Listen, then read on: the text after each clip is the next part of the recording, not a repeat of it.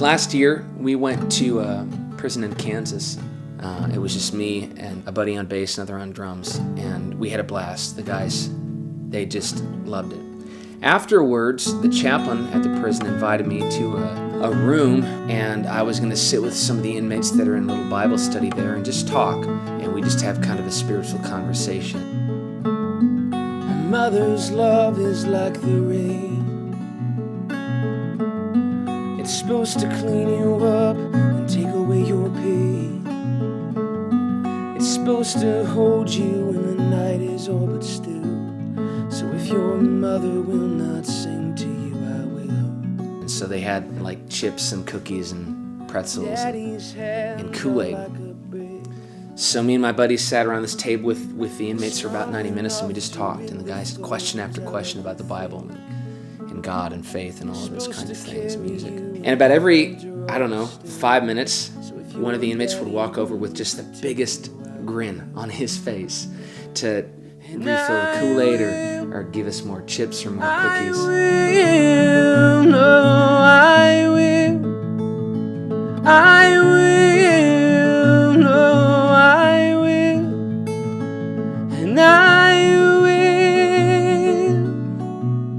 I will love you in their absence.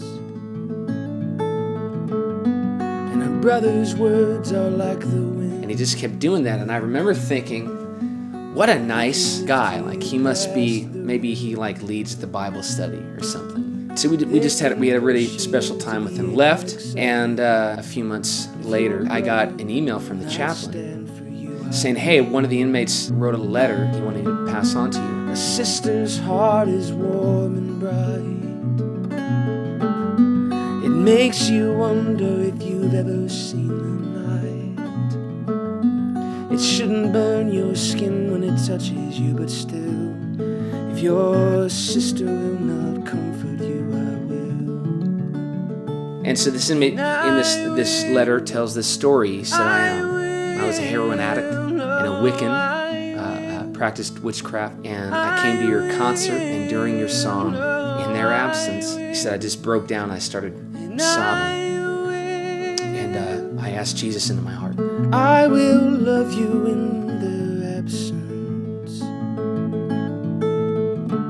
And then he said, you'll remember me, maybe. I'm the guy that kept refilling your Kool-Aid. I had that big grin on my face. And I stared at that email thinking, oh my gosh, I absolutely remember that guy, having no idea where he had just come from.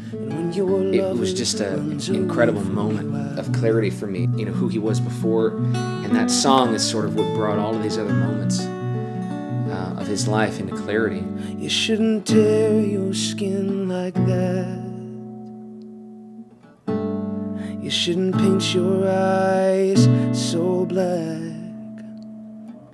This isn't something that an opiate can kill. And when nobody comes to claim your life, I will. And then to physically see that kind of happiness on somebody's face, I was stunned.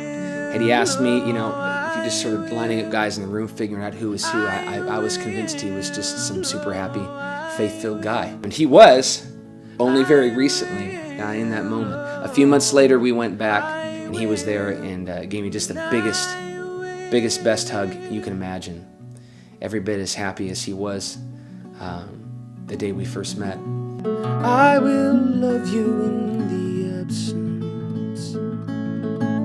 I will love you in the absence of love.